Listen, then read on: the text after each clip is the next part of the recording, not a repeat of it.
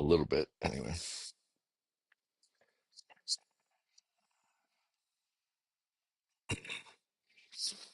Hmm.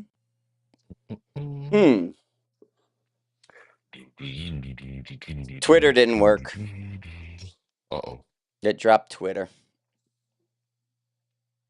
It's all right. Um, I'm on Sniper's Hide, so um, I'm on the Hide app, but I'm not seeing it yet. it's not yet. I'm hitting it now. It's coming up right now. All right, that started. Hide started. Now I'm gonna go through it. I'll go through it onto the Facebook really quick too. Oh, I gotta do it here. Really fast.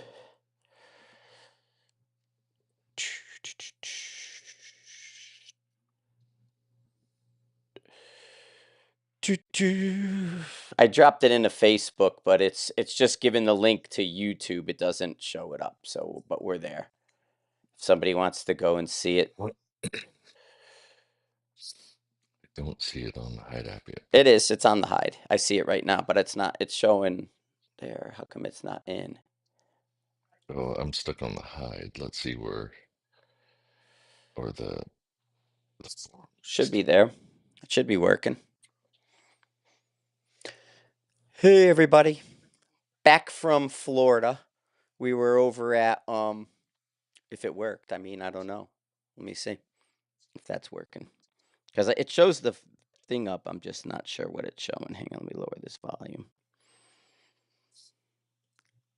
I see 7 people came from somewhere. Mm-hmm. I'll just pull up Facebook to get the link. For rankage. There you go. Copy. Yeah. It's just a sec. Yeah, Copy it's all link. good. It's just not doing the. It looks like it's all good.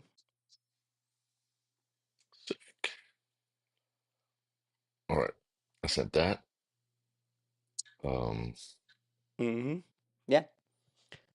got You this. got I'm your just gonna you text got out your some links. Hey links. everybody, we're in. I just got back from Florida and we decided to go live a little later. We got something long time listener, first time complainer. Haha.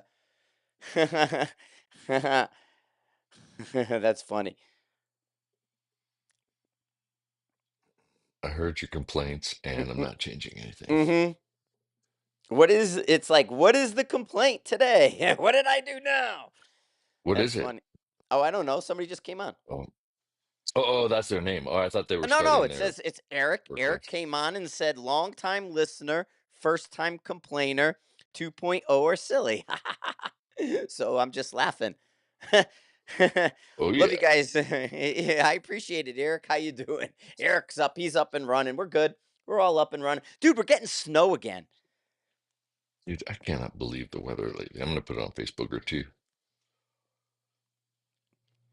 Oh, I got Um, so anyway, you were talking Reacher, whether I like the new Jack Reacher.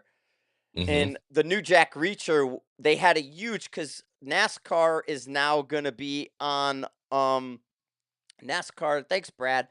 NASCAR is gonna be on Amazon, so there's a partnership there now.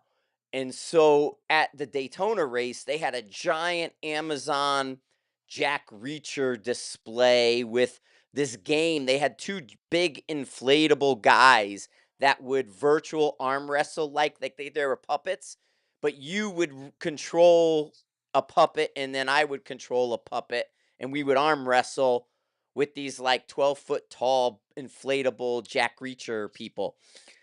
And I mean there was a ton of Amazon and all that. Well, anyway, so yeah, I saw Jack Reacher like one time. He was by the stage, the new big guy that plays Jack Reacher, but Yeah. he's really like a big time liberal. He hates Trump, he hates Trump supporters. And so one of the NASCAR guys was like, "Oh, I got to talk to Jack Reacher and asked him why he never smiles." And he says his show is intense. And I responded on X to that guy. I said, man, that guy does epic rants about Republicans and hates Trump supporters. Maybe he doesn't smile because he was surrounded. And the NASCAR guy didn't like it. He's like, "Fuck your politics, get away!" And I'm like, "Oh shit!" So I thought that was pretty funny. But I'm like, the guy Oh, was hypocritical, people man. and their He's politics. Yeah, exactly. It's everywhere now, but it is what it is. But the NASCAR race, like, it was nothing but politics in the beginning. It was like Trump was there, the Air Force One flyover. It was completely a political, like, I mean, the atmosphere, even there was a rain delay, a 3-hour rain delay. And we went downstairs because we were at the very top. And Hmm. if you just came down from your seat, it didn't work. Hang on, I can actually go into X here and put my live stream in. Okay. Oh, Ryan asked if it was better to comment on YouTube or on Sniper Side TV. YouTube is fine. Either YouTube, we'll see it probably better on YouTube because it's connected. But you just I'm going YouTube for now. Okay. Hey, one of the questions I got, it's a pretty straightforward question. It's about what are some ways or things to watch for when trying to build natural point of aim with a gas gun that's rear heavy on a tripod? Um, I mean, if you know it's rear heavy and you can balance it better, then you can balance better. A rear heavy rifle is going to be easier to stop on a turn. I don't Initiating a movement left to right with mass in the front, I don't think is the issue. It's stopping, which is where with a gas gun, you see some people saying, well, it's hard to go and stop here, so we're going to go down, or right, we're going to come down and up on the target because you're not going to swing off of it. Right. And Um, that if you're momentum. shooting that fast, you're not clipping into a tripod anyway. So that's kind of a moot point. But natural point of aim is natural point of aim. So I don't think personally you're ever gonna have different criteria, but the idea is the same. If the rifle's on the balance point, then being rear heavy doesn't matter. If it is forward of the balance point, what I would do is my bridge, because you make your connection. We're on YouTube Live, so I can't grab a rifle, but with the bridge videos, um, I'm gonna grab a tripod, uh, not a gun. Um, you're gonna make a connection with your anchor point, and the rifle's pointed down, and you're gonna drop into position. So you've got control of the rifle system. If I go right or left, it's gonna move. It's not gonna fall out of your shoulder if you have a bridge. So if it's up on a tripod and you've got your connection, and then you drop in rifle to target, shooter to rifle, you have control of the mass of the rifle with your torso. And if as long as you aren't trying to overload it, which I think is a big issue with people, they want to drive the bipods into something. That's terrible for natural point of aim. You want to have just the force that it takes to not slide on a smooth surface. But if you're holding it with the back of it,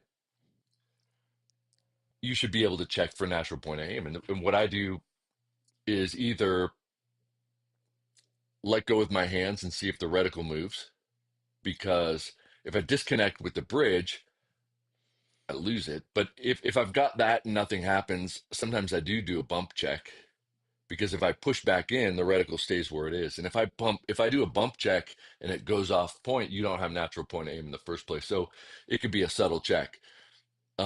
Depending on what your support hand's doing, your your fire control hand has contact with something, and if you let go of that and it moves, you don't have natural point of aim. To me, it's a cognitive visual process, not anything else. Because if the reticle is pointed at the target and you have natural point of aim, if you disconnect from the rifle, the reticle is going to stay where it was. So to me, it's a visual cue, which should bypass you having to think. If the reticle moves, you know you don't have it. If you get on and you do a bump check and the reticle doesn't move, visually you see that and you can shoot. Um, But that applies to both. I could shoot a gas gun as good as a bolt gun, and it's because I do the same thing. I connect, drop in, do a bump check or a grip check, and if it doesn't move, I'm going to shoot because Yeah. um, The old pinning was when we didn't have the bags, is the, the game changers today in the bags. We were using a rear bag up on a barricade. We were, and hopefully in that context, the barricade wasn't wobbly or really weak. We were trying to pin the rifle between us and the barricade and use our leverage to push against it to stay on target. But like you said, the NPA, it was an extra step and it took too long, and you're kind of pushing and pinning. So what it is it's a lot of people. It's just like the tripods. How many times do we see people invert their hand and reverse it in the tripod, but never pin the mag well or touch the rifle, but they're flipping their hand upside down, their support hand on a tripod, and they're grabbing a leg? What are they doing? Nothing. They're just turning their hand upside down and moving it to the other leg. But in the old days, you did that and you wedged your arm into the rifle and you pinned it, and then they had the slings and that because the tripods moved. The tripods had a Mhm. 25 or 15-pound weight rating, not the 75 or the 100-pound weight rating we had. So you'll see a lot of 2012 techniques that are still blended in to 2024, or people will talk about things we did then. I mean, it's using a sling to clip into your body with your rifle on the tripod, right? We don't do that anymore because the tripods are so good. But people will still come wanting to clip in with a sling to the tripod because they'll have seen older techniques or had heard of the older techniques. It And looks awesome in a movie. What Frank's well, it talking does about look, is the shooter's here and your arm comes yeah, across, come up higher and with your so hand you've so got they can a. see it. Like, no, your hand. Put your hand I've got higher. my chair. Yeah, your I hand's just got to below move the this bench. frame. I get it. I got to move a bench so the legs can come back. Um, if Yeah, yeah, you just had your hand low, that's all. Yeah. So he's saying like if you're on and you have a cross brace like this, and you have a sling, and you're pinning the rifle, if the tripod flexed, which these don't flex like that anymore, but those ones bowed. So you're going to have acceptable accuracy much bigger than nowadays. So you might say, well, if you could shoot 3 inches, that's great because of all that flex. But now it didn't do that. So if you cross brace here, I'm willing to put money on the line. Somebody that shoots like this is going to add torque, and you're going to see what we saw in our torque video Exactly. And because that's why you kind of have to, there's a lot of what you were talking about is that, you know, hybrid of an old technique married to a new technique that's unnecessary because people have the old technique in mind. I mean, even the Ruger RPR, you've been doing a lot with a RPR lately. I'm the reason there's a little notch in the magwell. The RPR was prototyped at our range in Fort Morgan. The Ruger people came out here. The kid who built the RPR, John, came with me. I NDA'd. They brought the initial prototype to Fort Morgan, and we did the RPR. Well, I said you need room for the rifle to get flush against the barricade, and the compromise was they created the notch. So now people put a product in the notch that bites onto a barricade or something, but that stemmed out of a technique that's no longer used. So now what happens is inside that notch, there's an aftermarket product you can buy that modernizes the technique versus using the notch to wedge against. You know what I mean? yeah, to me it boils down to um that if the standard is offhand, because to me that's the standard, right? Right, right. um if the universe had the ultimate shooter, they would just stand offhand and shoot everything better than everybody. But that's really hard, and it's very detailed. So if we brace it against something, a group that's humongous, you can force it smaller, but there's going to be a limit to that with force. Yes.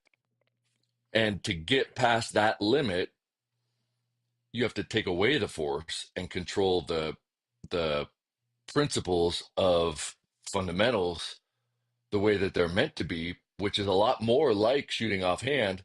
But if I'm going to take 100 guys and make them a 3 inch shooter, I'm just going to show them force, because you could force 3 inches, but you're never going to get closer than that until they back off and say, wait a minute. Well, and yeah, and that's the progression like of this alternate position. Prior to the tripods, it was just shooting off the barricade. Prior to the game changer, you had the block that was in the MPA that you would pin in your MPA chassis, and your block would go in the width of the barricade to wedge it.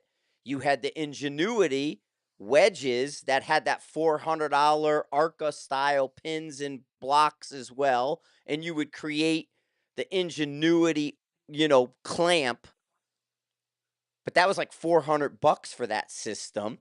The MPA, you just used a little block and stuck it up there, and then you could throw a rear bag under if you wanted to, so it wasn't hard on soft and all that. But yeah, I You mean, said and hard on. yeah, hard on, totally hard on. And then now we went to a game changer, which was a sandbag that conforms to the prop. And Hmm. so it becomes this evolution of technique. I like evolution of technique. And it's unique in a way because I've been there since the beginning of these technique evolutions. And I've seen every single one of them. And I still pay attention to all of them. You Where'd know the what I Danny Glover, like, That one, dude, that where'd goes that way technique come back. from? Teacup? Come on, that's a teacup. Oh, and then the neck Yeah, the cracking neck one. thing, I don't get the neck thing, but he came up with that. I'm sure somebody told him, that was his, "Hey dude, if you don't qualify, you can't carry that gun anymore." Cuz that's what happened with us, right? When you did any kind of service in a government type situation, you had to qual to carry the gun. Hmm. And they probably said to Danny Glover at some point, cuz he couldn't really shoot, "Hey dude, you're going to fail." And so then he did the neck thing and he passed. So then every time after that, the neck thing is how he got that like precision It's a accuracy. sleight of hand. Like, oh, they won't look Yeah. at my hands. If I crack my Well, there neck, you they're going to be go. That looking at could my be another face. thing. You're seeing his neck spin. You never see that gun draw and you miss the shot that hits you in the forehead because you're going, why is this guy spinning his neck? And you have no It's pretty clue. awesome. I mean, it works for them, so Dude, that's good. but can I tell you something? Number one, because we're just like, it's February. They always talk Die Hard as a Christmas movie, right? How many memes and how many things and how much talk is there about Die Hard as a Christmas movie? Lethal Weapon is absolutely a Christmas movie as well, and I think Lethal Weapon is a better movie than Die Hard. So there's my controversy right there. Lethal Weapon versus Die Hard, both Christmas movies, both at the same time, same place type of thing. I'm saying Lethal Weapon is better. Watch Lethal Weapon. It's got a much broader. Plus, he's talking about 1,000-yard shots as a Phoenix program guy in Vietnam, and then he uses a kick-ass H&K and does another 1,000-yard shot in the desert to take out the kidnappers of Danny Glover's daughter's friggin'. And she was pretty then. She got ugly in the other ones, but she was very pretty when she was younger. I didn't like her in like the third or fourth one. The fourth for sure, but I'm a Jet Li fan. Like, I like Hero. dude, That's Jet going to be Li my Christmas rocks. movie. Jet Li Yeah, was very good. Jet Li was the answer to what's his name? What's the other? everything. Yeah, Jackie Chan. Jet Li was the serious answer to Jackie Chan because Jackie Chan was too silly. And so if you were going to see a Jackie Chan kung fu movie, it was a comedy. Well, you didn't always want a kung fu comedy. Sometimes you wanted serious killing, and kung fu action, cutting heads off. Well, Kung Fu So is always kind of silly, but Jet Li's just better. So, yeah, yeah. Jet Li is absolutely better. I'm gonna And I say like the new Hero's going guy to be who's my Christmas movie. I'll it's be like, like no, you got to watch Hero. there's one of them there's one of them that was in the Highlanders. Like Donnie Chung or one of the guy. There's Johnny another guy Chan, who's that younger. guy. Yeah. Yeah, He's the super. blind guy in the John Wick Yes. one. He's super good. I like that guy. I think that dude Yeah, is an awesome kung fu dude. yeah, they're I- both awesome. Anyway, But it's Oh, a so martial there's art, more right? questions. There's Yes, we're more gonna do questions more because questions. we went up, now we're going down again. So I got so we have the Squirrel. NPA thing. However long this took to get the NPA thing. So that's good. Oh, you know what? The NRL Hunter stuff, I've been getting all these pictures of here's my dry fire targets for looking for stuff. And it wasn't an argument, but there's been multiple people that'll say, "What do you think of this?" And I'll say, these targets are too big. And they're like, no, the small ones are far away. And I was like, no, I think they should mill out to point 0.5 to point 0.8 wide and about point 0.3, point 0.4 tall. And they're like, no, because you won't be able to tell which ones are far away. And I was like, Who cares? If it's it's going to a be point, 2D dry if it's fire point 0.5, thing, who yeah, cares? but it's point 0.5 wide, like Why it could don't be you have point a 0.5 point and 1,000 three? yards away. Why don't you Put an have a IPSC point? at 1,000. Right, but Like, why not have a point 3, a point 5, and a point 8 and practice on all of them and see how much movement you have? yeah, They're so I'm like the distance. Like, yeah, but it's a 12, this is 12-inch target and that's a 20-inch target. I'm like, I don't care how many inches they are because it's a picture. I want them to mill out to point yeah. 0.5 to point 0.8. So if you're making that kind of stuff and you put targets that are too big, you're going to get used to looking for big ass targets. You're going to go to a match and be like, I can't find anything. Get used to looking at targets that are point 0.5, um, and you won't be disappointed. Point 0.5 can be any distance. Um, you know, that's just the way it works. So Oh, totally, totally. angular measurement. So it's not inches in distance. Another one that I thought was really good. Let's see. I like This your one, and Yippee it's gonna. Ki hat This is because you have a awesome. you have a Luis went to Die get some Hard hat on. pants. See, look, he's wearing Die Hard. I said it. I knew it. Do that before I shoot. There you go. Oh, dude, that'd He said, probably "What work. You know temperature what? If range I would do you that, create a completely new base zero?" it And it I thought, "Oh, go oh ahead." no, go back to. Oh, I'm not going to say that. Go back to that. I like that question. I'm not going to make a He joke. Go said, back. "The first part of it is like, what temperature range would you make a new base zero?" And I thought, wow, like at first glance, I was like, wait a minute, this opens the door for a lot of really interesting things that I think are interesting because like that in itself, like my zero is probably going to stay the same, but everything else, you would want new data charts if the temperature was cold. And I'm going to talk so much in the next week at some point about temperature and DA that everybody's going to be sick of it. But here in Colorado, we're like the range is 5,000 feet, and our DA there sometimes is 5,000 and sometimes is It's 8,000. actually 4,500 exactly, but our average DA is 5 grand. If in the cold, you know what I mean. But we're at above sea level. We're at 4,500 feet at the zero range. Uh, at the range, it's like 4,517 or something. So yeah, 5,000. But we could go to Phoenix, which is lower, or fuck, I bet we could even go to Rifles Only in the summer and probably get a 5,000 foot Yeah, they're DA. there right now, shooting the brawl. I was And so the DA factor, DA is DA in terms of like the molecules in the air, but that's not everything in shooting. So if you have just a DA chart and that's what you run, you're like, oh, the DA is going to be 7,000 feet. I'm good. I think you're going to be setting yourself up for massive failure. And you're probably going to think your scope's broken. And the reason I think that's the case is that I don't care if you are going to claim that there's a temp stable powder for rifles only to have a 5,000 foot DA. The temperature is going to be smoking hot, like over 100. And here for us to get a 5,000 foot DA, it's probably going to be below freezing.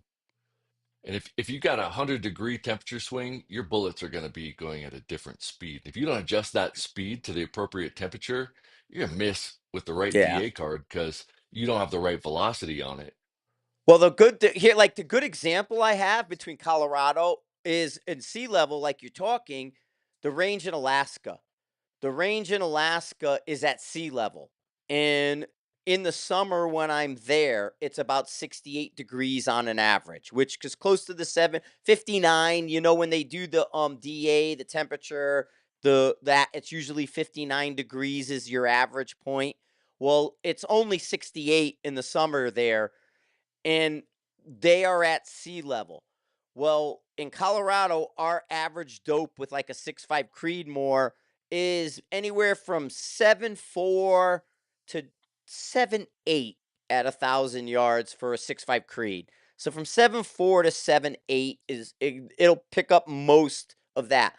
In Alaska, my rifle is a 8.6 for the same rifle ammo. If I bring my ammo from here, which I shoot factory a lot, my dope becomes 8.6 at 1,000 yards. Your 300, your 400, your 500 are the same. You start to go about 600, it gets a little different, and then it starts to move from there. And that's where I get a really good visual because I can say in Alaska with super high humidity in a 68-degree temperature at sea level, I'm 8.6 to 1,000 yards. In Colorado, the DA is closer to 6 to 7,000 feet. We're at 2,500 instead of 2,992. We're at 2,510 for Barrow. And the DA is that 2,500 versus not even 2,000 maybe at Alaska versus 8,000, max in Colorado. And it's a mil off. So you can say the difference between Alaska and our range in Colorado is almost a full mil. And sometimes it could be as much as 1.2 mil at 1,000 yard shot. Hmm. But yes, that's true. But with those temperature zones about the same, you're talking about seeing the difference in drag that it has with more resistance in the air. But I'm saying, like, let's say the DAs were exactly the same, but you're at sea level and it's Yeah. Well, 120 degrees. there's a swing, there's a number with like David Tubb used to do the Navy SEALs. And David's the one that brought DA into the shooting world, like officially the way we use it. There's others that'll claim something, but David Tubb is the one who is the DA guru. And when he used to do the SEALs, he used to have these giant key rings of DA cards for them. And there is a temperature element to using DA where Oh, it's for sure. equal. Yeah. Yeah, but it's equal here, but it's not equal anymore here. So there's a point in the temperature that'll screw DA up. So he used to have like a 12 card key ring just because of using DA and temperature together to get that minutia level of accuracy. And But so but the even the question. velocity though, so if it's 110 at rifles only, you might have it might shoot 2,900 feet per second. But here, if it's zero, you might be shooting 2,800 feet per Yes, second. well, and it's the boiling water, right? If the water has to use X amount of energy to get to the boil, you're bleeding off that energy. If the water's already at energy and the boil is easy, that extra goes out the door or out the Right. barrel. And so, yes, how do we use energy that way is a huge factor, and temperature is going to affect the powder, is going to affect the burn, and is going to affect how the bullet flies because the colder it is, the molecules are pressed together and it's more parasitic drag on the bullet. Where when it's Mhm. warm out, the molecules are excited and there's less parasitic drag because the bullet's missing them. Right, right. So I guess so the answer to that is temperature is used in two separate calculations, and you don't want to confuse the two. You want to use them independently because you change your DA, but you also got to change your velocity to the appropriate temperature. And if you don't do that and you just plug it in, say, oh, the DA Right. is the same as back at home, but you've neglected that it's 80 feet per second different, you're going to be low. And Um, that was we used to this was a great example. You bring up rifles only, and like I said, they're doing the brawl right now, but this was a great example what we used to see at rifles only every class because it is so warm in Texas and they'll have a huge swing in morning temperature versus afternoon because of just the way it works. We could be like 55 degrees in the morning and 98 degrees in the afternoon. So like a 40-degree swing is a mhm. typical, Texas kind of deal at rifles only. Well, by the time you got out to distance doping the rifle that day, we were usually doping you later in the afternoon to 1,000 yards. So after lunch, we would start and we would work the tower until dinner. Got hot. And then the next morning, we bring you in and we tell you you're going to do a cold bore at 600. And now it's 55 degrees. How, and these are LaRue, like at the time, and the main target might have been a LaRue. So figure about a 66, a little bigger than a 66% IPSC. They would absolutely either hit the bottom of the plate or hit the ground in front of it Mhm.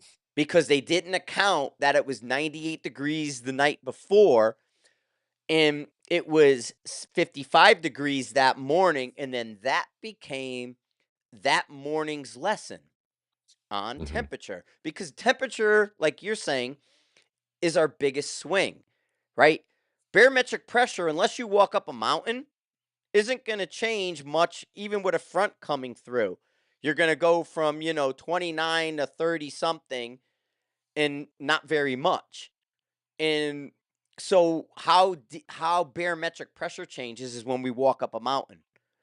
So that variable is pretty consistent. What does change, and the DA is going to grow throughout the day because the temperature gains throughout the day. Well, all of this is because temperature is your biggest variable swing. You want to monitor temperature, once an hour, every 2 hours, whatever, but temperature becomes a factor, especially if you start shooting in the morning and continue through until the afternoon. Mhm. Then it becomes a But major.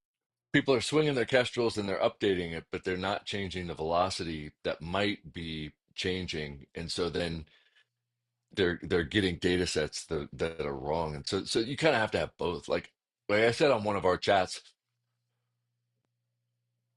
I'm sure they're going to do it because they kind of have to. But if the Garmin's, they don't have Yeah. a thermometer on them, right? If the Garmin's need a thermometer, and it needs to link temperature to the velocity that you're reading so that it's Well, and then accurate to the a temperature. question came in on YouTube, or a comment about powder, because now powder temp, they're talking an 8 degree, from 8 degrees to 120 degrees. This person, left edge precision, tested H 4350, and their biggest swing was 10 feet per second. So that's a I don't temperature believe it. stable. I don't either, but I get it. I mean, that's what he read. But Yeah. 10 feet per second. But that's the difference. That's a stable powder versus a powder that might not be as unstable. But he's reading a 10 feet per second change. I think that's small. I agree with you, but I don't know. That's his numbers. Yeah. I mean, I guess, Because it's usually right. about a point three per degree. With some stuff that I had in the old days, I haven't looked at the powder temp in a long time because I don't reload as like I used to. Um, but I don't know. I remember a point three, maybe a point three per 10 degrees. It was. It might be a. He says he'll send the data. He's got the data, and we can look at it if you want to check Yeah, it. it'd be cool to see. Like, It so, might I have mean, I been. have data from a bunch of shooters and I have my own data because it's all different loads. But if it's the same powder in the same load through the year, I've been collecting it because Mm-hmm. I'm Well, getting what's ready to your talk number about it. say? He says he Well, has it. it Left edge depends on the precision. powder. It depends on the powder, but right, There. let's say uh so when I was loading for BRA, I was using N140 and N150, and I corroborated with some guys I'm not going to name, but they're good, and they said it was the N150 is zero point 0.2 feet per seconds per degree. Um, And that's so where you, I was, like a point three, I want to say, is kind of an average with some of these powders. And I don't remember what I was loading the 260 with. It was an H 4350. So I don't so I mean, remember, but it what this was with says, like that would be about 260. 20 feet. But H 4350, I'm seeing bigger temperature swings than that. Like Okay. it's over a foot per second per degree. Even with Varget, like which is temperature stable, it's about a foot, at least on this data. But I'm going to put it all together so people can see. But I mean, if they get what they get, that's what they get. Like that's reality. But I think there's going to be temperature swings. But I think you could say if all you looked at was DA and you're like, oh, I'm going there, it's going to be the same DA, Yeah, but you he what he neglect the and this is temperature. a Litz thing. I know when I did the interview. So we got another. Can you see the comment up on the screen? No. On Uh-uh. look on the broadcast screen. You should have a broadcast. I'll have to pull this up. I don't Oh, have it here, but oh, I um thought you did. I thought you were able. I'll check the settings. Anyway, I'll read it. It says if you're testing numerous points throughout the year with the same jug of powder, it's a humidity change in the powder where your velocity swings are getting bigger. So that's a Litz thing. Is that as you go through your powder, he's absolutely right with what they're talking about. I don't know if Colorado's humidity is doing that as much though, because our humidity on a bad day, unless it's raining or we're in the rainy season, it's only like 30% humidity here is a bad humidity. We're high desert. Our humidity is next to nothing. So yeah.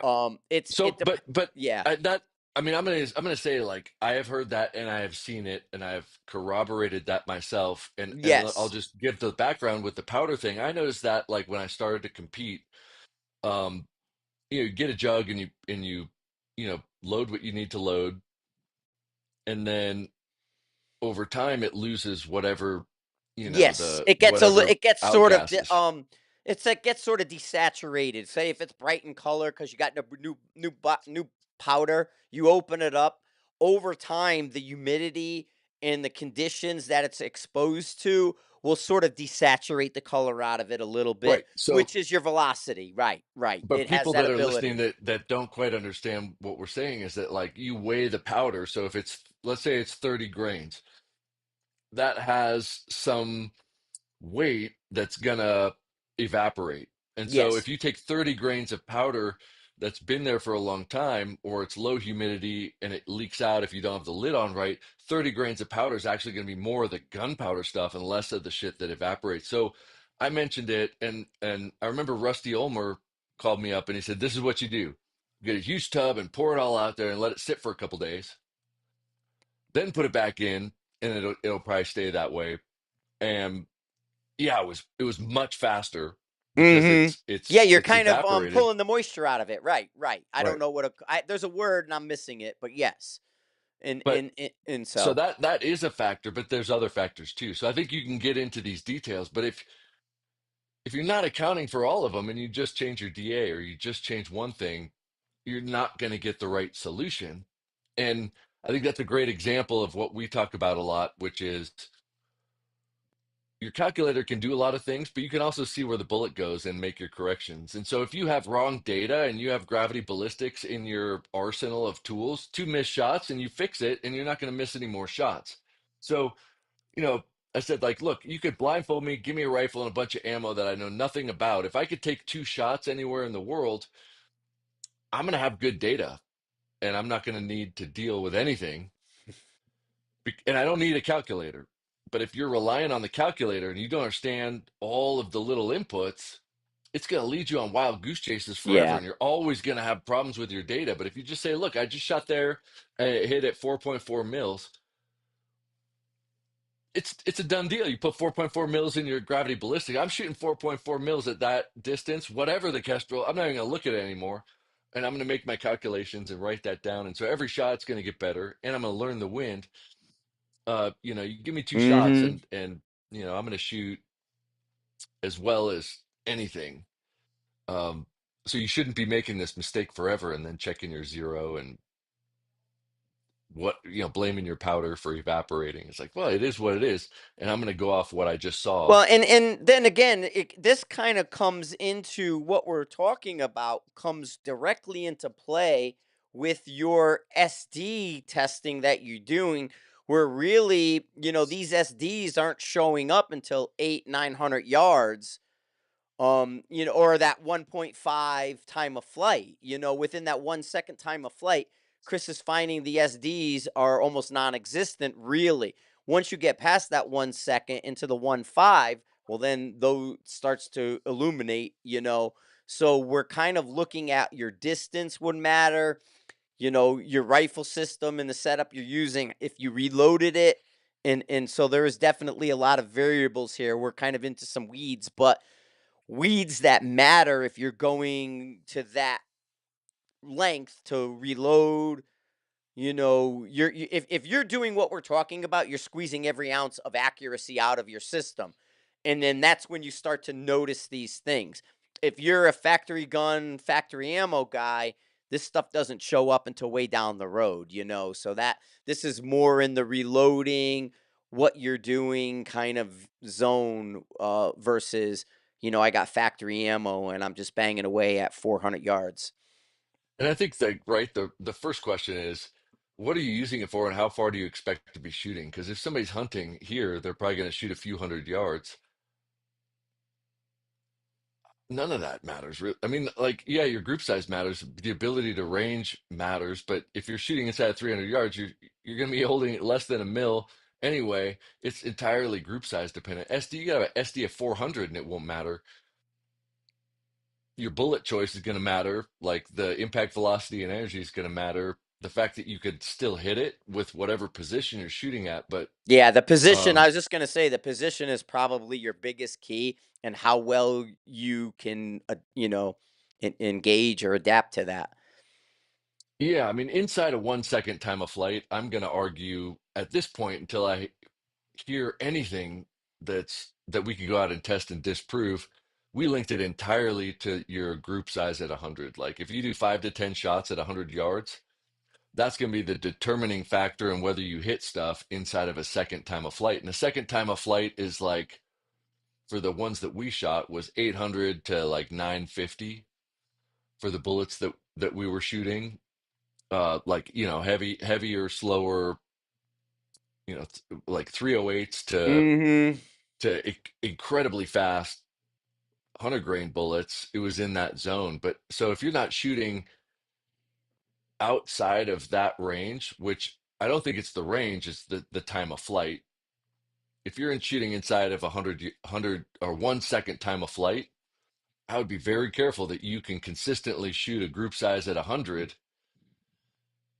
because I think that's going to be determinant Yeah, and of honestly, whether you like, hit. through the fundamental evals that we've done, seeing a new shooter in the 2 to 3 inch range, even prone, is not uncommon in the eval. Somebody new, no instruction, coming to class for the first time, a 2 to 3 inch group from a prone position. Really, the only stress we're putting on them is us evaluating them, the fundamental eval. But we've seen that. You know what I mean? And that's not a craft drill that might have a 4 to 6 inch group. We're talking a prone 2 to 3 inch group. Yeah. Well, here's a So good test for people that do that prone. All right, here's a test that you guys could do, a diagnostic on yourself.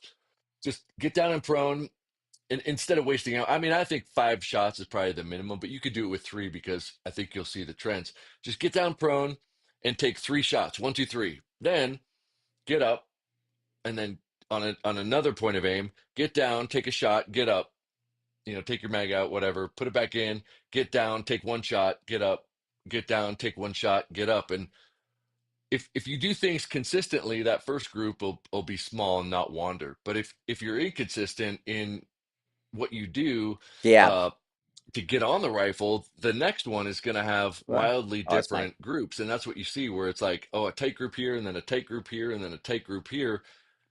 You're doing what you do consistently, but it's not, you don't have natural point of aim, because now you're changing it. And that's where you get the 3 inches. So somebody might say, Mhm. like, well, I developed this load and it's a quarter of an inch, but you didn't break your position when you did that. But if you can't build a position and repeatably make it a quarter inch, then that your shooting is what you do, build after build after Yeah. build. Well, I mean, that the dot we were talking the dot drill, and you're talking sort of the dot drill. The sniper's high dot drill. Right? So you have a slow fire 1 shot per dot. You have a support side 1 shot per dot. You have a fast, 1 shot per dot, and it should be under 20 seconds, probably under 15 actually. And then we start to do the drop behind the rifle, fire 1 shot, reset, drop, fire a shot. And it's descending time from 15 seconds a shot down to 6 seconds. But on the speed drill, where we tell people to shoot 1 shot per dot in equivalent of a 5 shot group, I've seen people push into it and hit like 5 o'clock or 5:30, maybe a quarter inch or more off the dot. Mhm. And they'll say, my zero wandered because every shot is identical in its location. And it looks like your zero is off and you planned it like that. And that is how consistently bad we can be. Well, you'll swear up and down the scope moved or something because the pattern of our shooting is so perfect that our mind just put it there. And the idea behind the dot drill should be 1 round per dot and then overlay them to see how big your group actually is. So it's doing exactly what Chris is saying. You can make it and say, I'm going to drop down and shoot a quick group.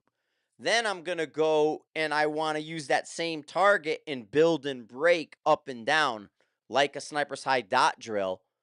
So the rifle's set up in the prone, everything's ready to go, bolts back, mags in, ready to load around. You drop down, give yourself a limited amount of time, like 10 seconds is no big deal. I'm going to drop and fire within 10 seconds. Do that and see what it looks like. And like Chris says, that'll probably be hugely illuminating. Right, right. Uh, Because you're uh, showing your ability to do the same thing, but not build the position and actually have natural point of aim. So it's more of a show, a demonstration of system capability. But when you build it over and over again, that's rifle consistency. And when we use a rifle, often building a position and taking a shot that matters. yeah, And yeah. if And a if question that came in from YouTube about time. Yes, I want to limit time. I don't want to give you all the time in the world. You know what I mean? Because one, you may get in your own head. Two, it's a little bit better. What happens with people in time in a group?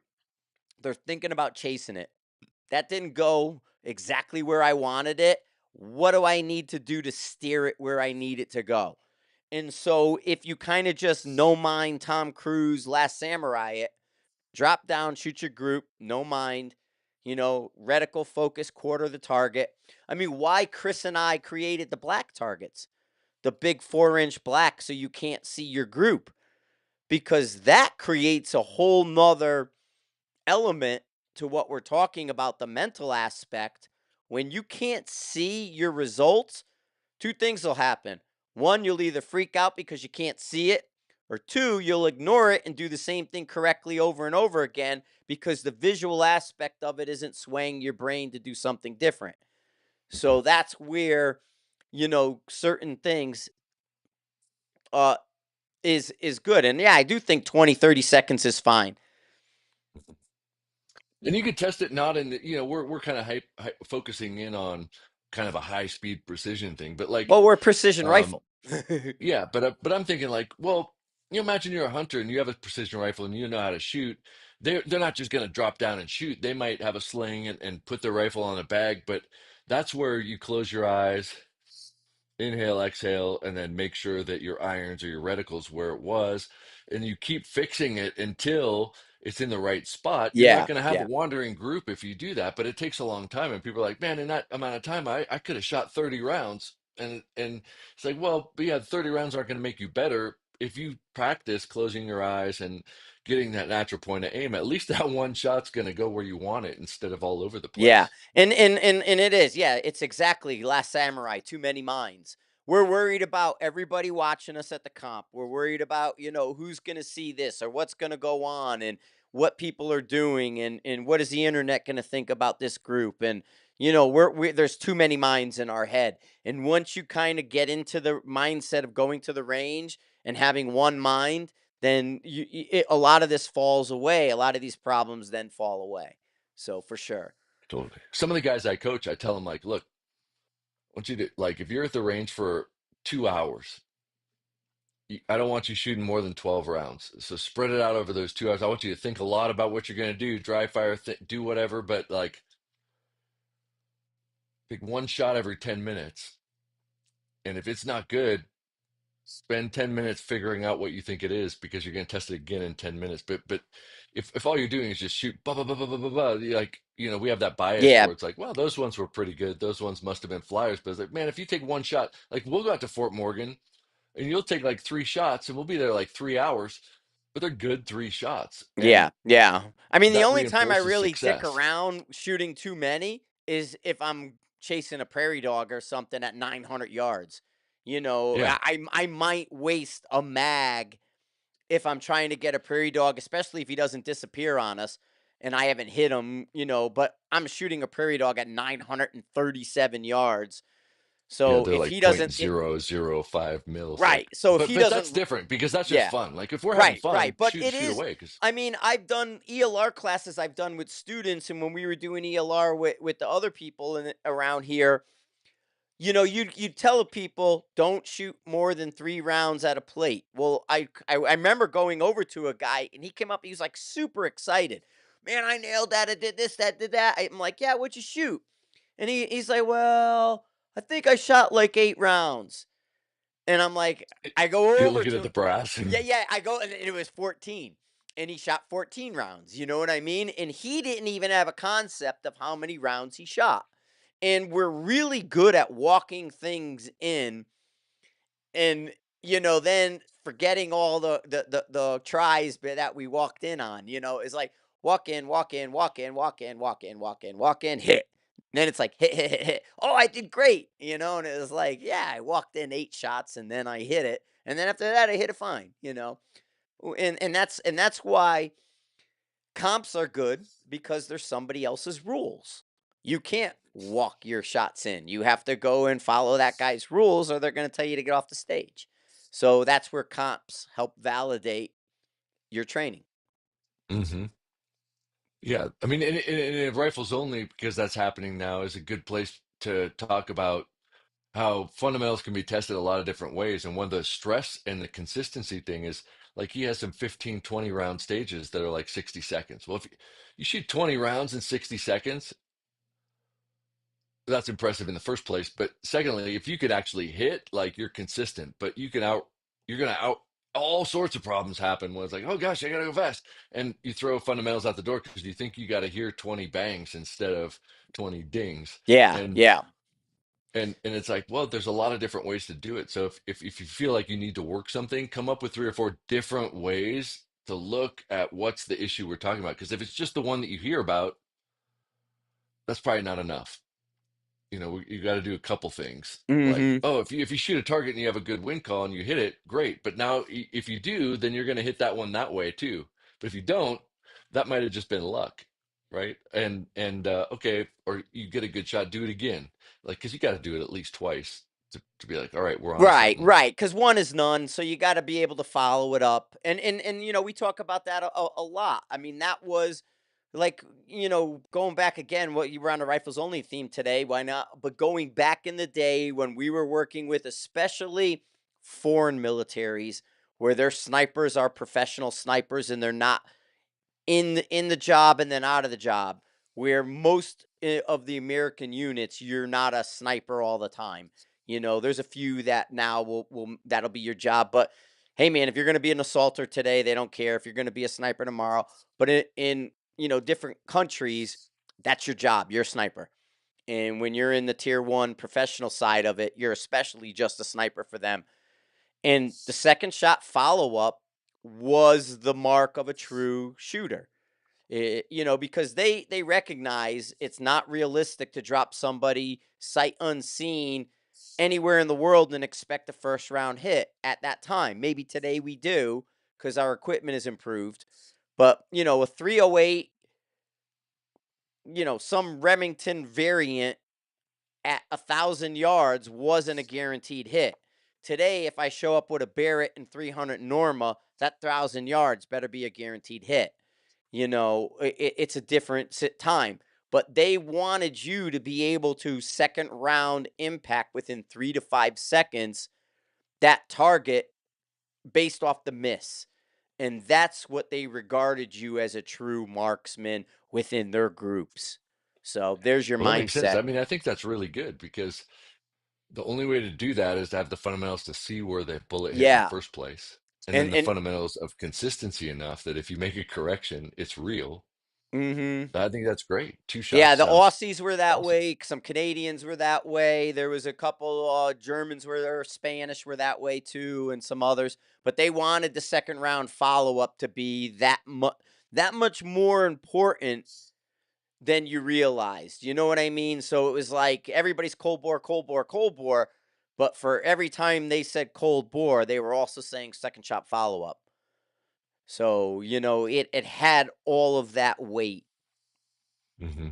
And right, if it's a person, like it's supersonic, so there's dust somewhere, but you didn't hear anything yet. So you got another round in the air. That's even less time to do anything Yeah. about it. Yeah, exactly. I mean, don't get me wrong, we're going back to like if you we take a 2008, training and what I was doing then and you look at 2000 even 22 or 23, we're miles apart from what was happening then to what we're talking about and doing today.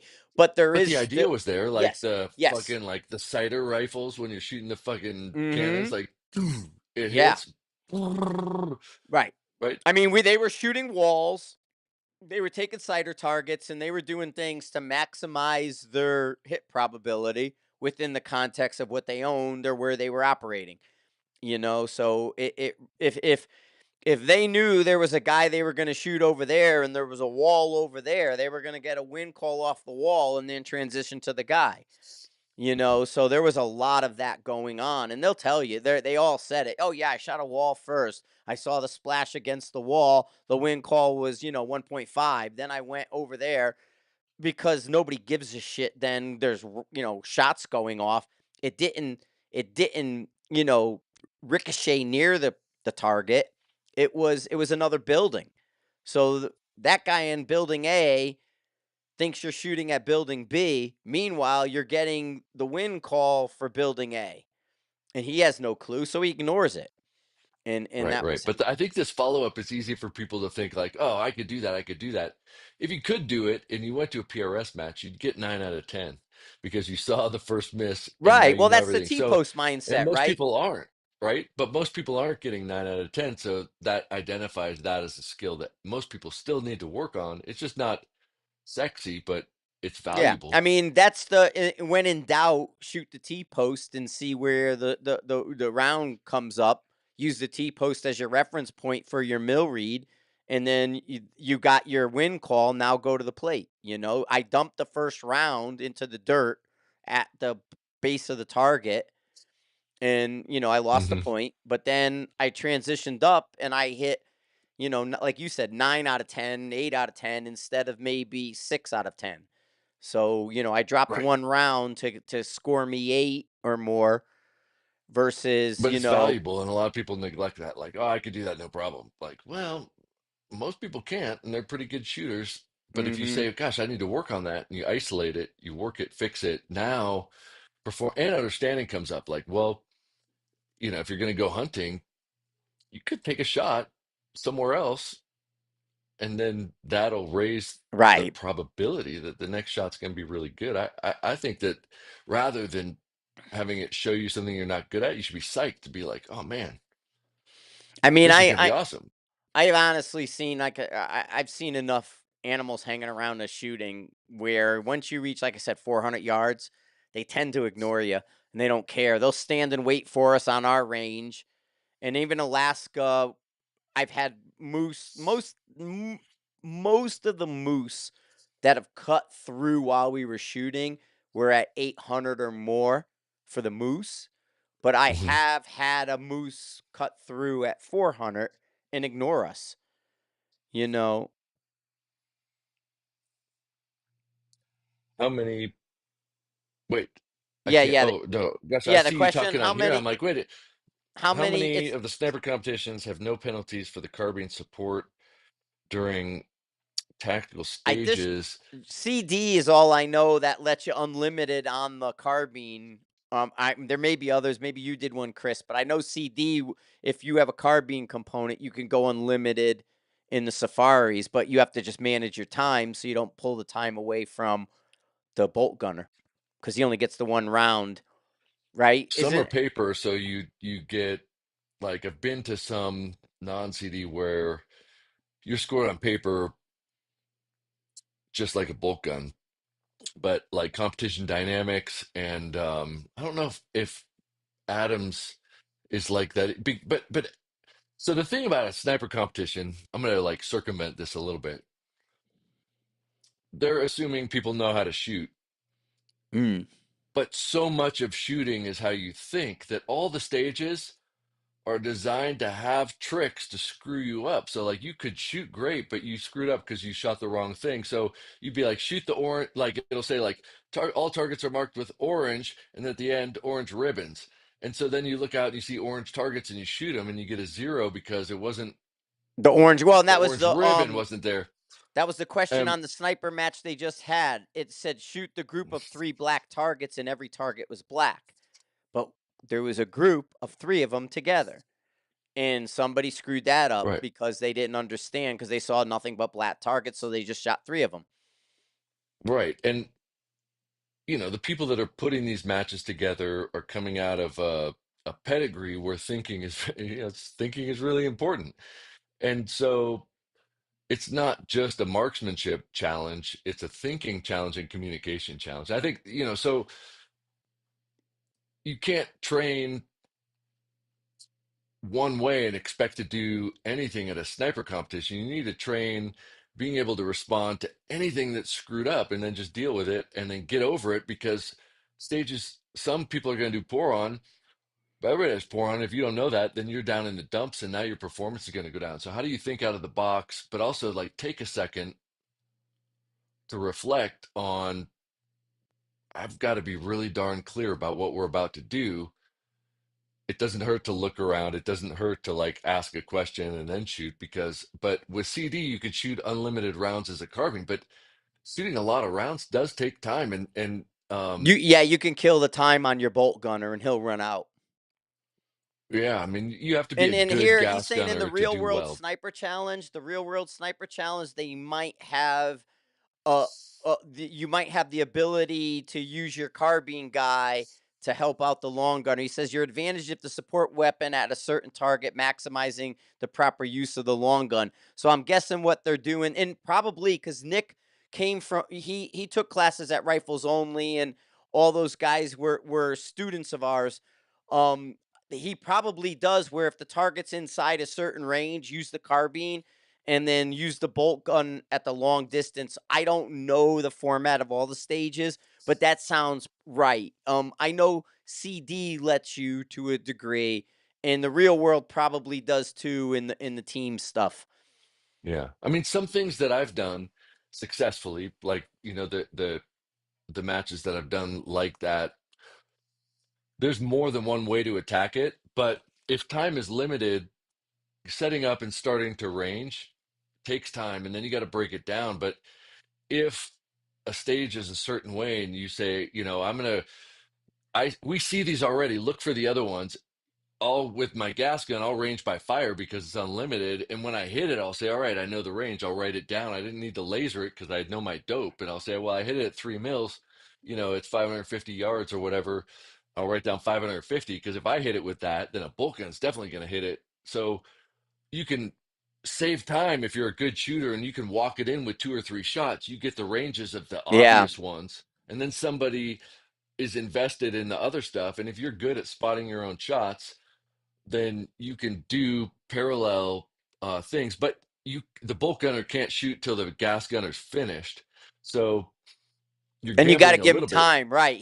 And he only gets the 1 round per. I know when I shot with Adam, and I was using the Valkyrie. I was the gas gunner, and he had the when JP was going to do the bolt gun, he was running their bolt gun, and we did the CD.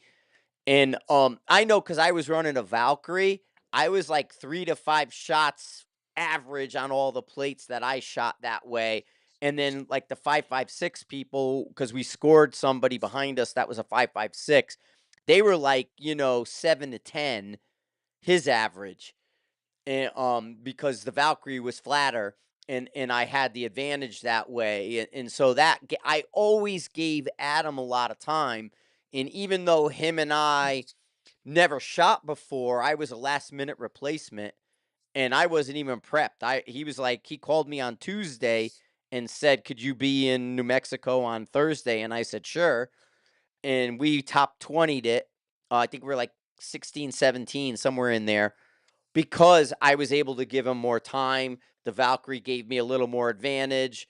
And, having dope, like you were saying, we were able to move through pretty quickly.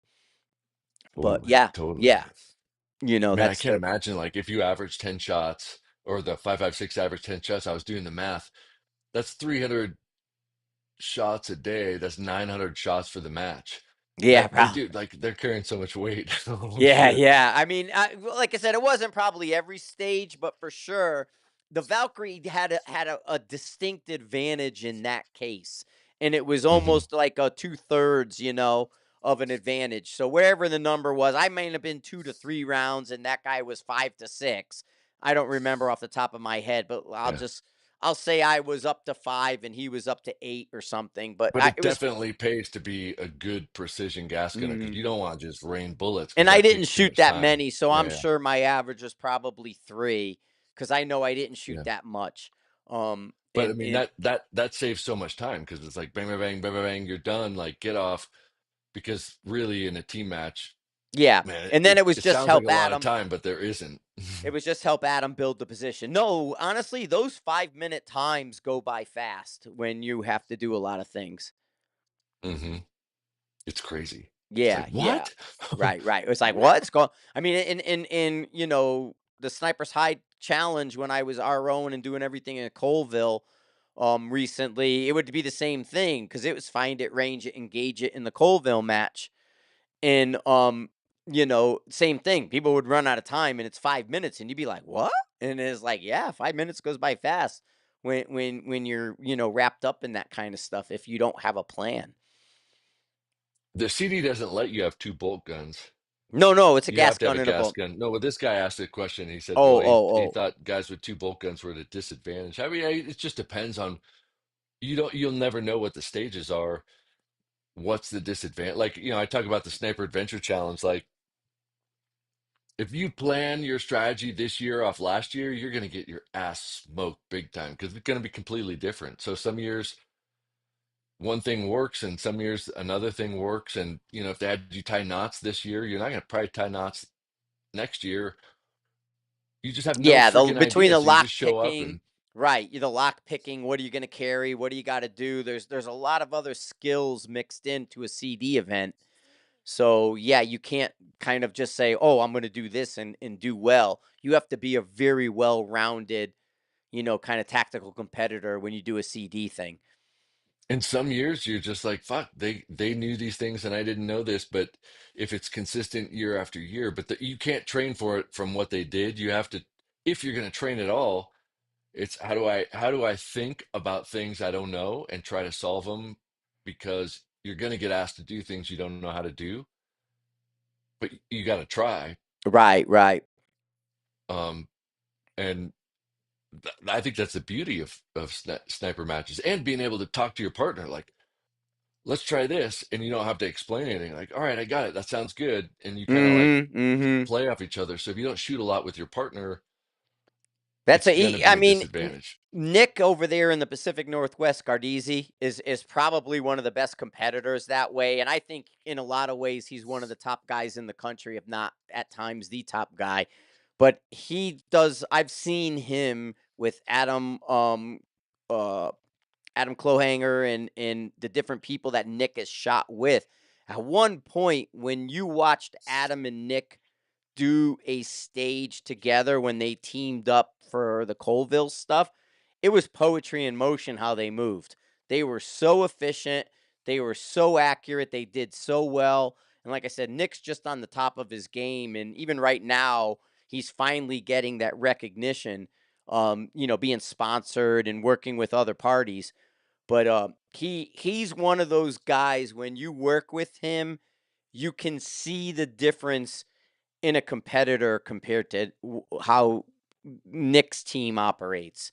I just think he Mhm. has a really good, plan and model for how they attack a stage and how they work together, and it's effortless. Everybody knows their job. They're not tripping over each other, and it's just a boom, boom, boom, boom, boom. It's really seamless. Hmm. Yeah, I mean, both Adam and Nick, amazing. Yeah, if Nick shows up at a match, you're like, well, yeah, I don't care how much he's been shooting. He's either Right. gonna win it or freak He's you one or out. But two. Right. He's going to be, unless something happened, he's going to be one or two. You yeah, know. but you get that way from mastering your fundamentals, understanding your rifle, and then thinking about all the different ways you could apply it, not just that one thing that you practice like crazy. And Right. Right. they're really good at thinking outside the box, and then they work together. So you develop that flow. Like if we teamed up, we shoot together so much, like we could probably keep our mouths shut and work around each other in a way because we've spent time doing stuff. I don't think it would be an issue. But if you're like, oh yeah, my buddy shoots, we never shot together, but we're friends.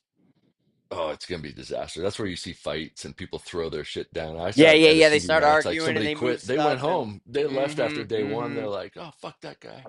Because people do think just because they're friends and they kind of go and shoot together, they could shoot together.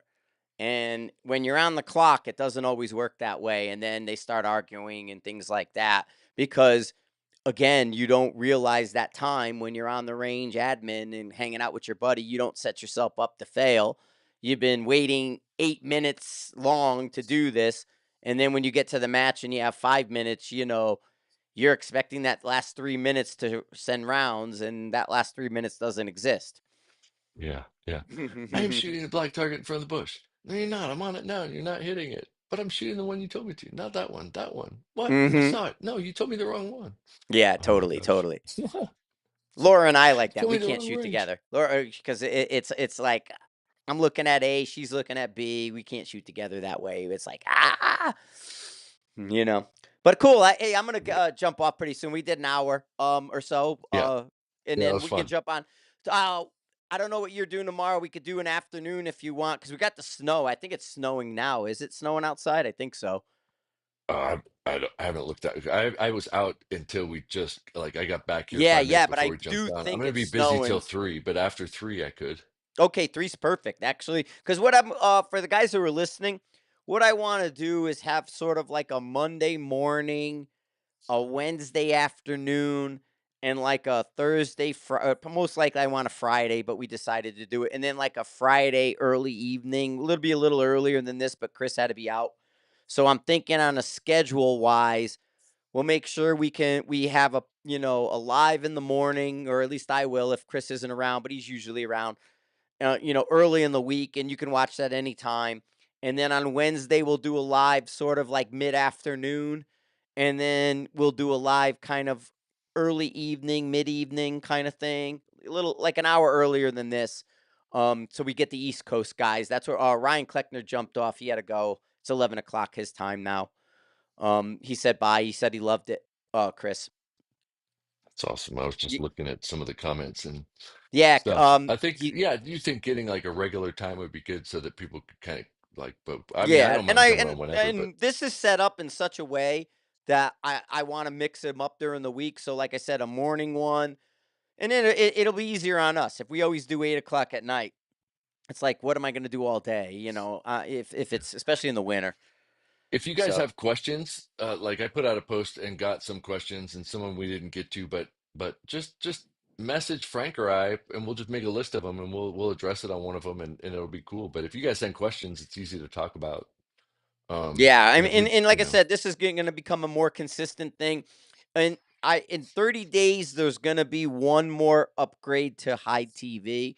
And I'm hoping at that point, some of the tools that I'm looking for are going to be there. And then I can share this around and do a little bit easier. But yeah, we're ready to ramp this up. They're working full speed ahead on all the hide systems that we're putting in place, the lesson stuff, the videos, and the goal is like CR2 went live this morning or this afternoon. You can go on to High TV. CR2's up there with their live, and they have a nice studio. They're talking drone stuff. They're talking radios. They're talking light fighter. So not just precision rifle. We got Chris and myself. We're talking all the little minutia and everything across the board that you can think of. And we'll be bringing in some other people as well. We're going to be partnering throughout the year with a lot. So yeah, this as we schedule this and start to go, it's just going to get bigger and bigger in what's going on. So thanks everybody who's been coming up and growing and listening and watching. And like I said, thehide.tv. You can watch these anytime. They're evergreen and they're there. So cool. Yeah. What do you got, Thank Chris? you, everybody. That's it. Thank you. Th- I think it's fun watch the numbers grow, answer mm, questions. I really like answering questions. So I just hope that component grows so that we have, you know, Mm-hmm. shit to talk about that maybe we didn't come up with. I mean, we'll never run out of things to talk about, but it's cool to answer their questions because Yeah, for sure. people have questions. Totally, totally. All right, guys, we'll talk to you soon. We are out.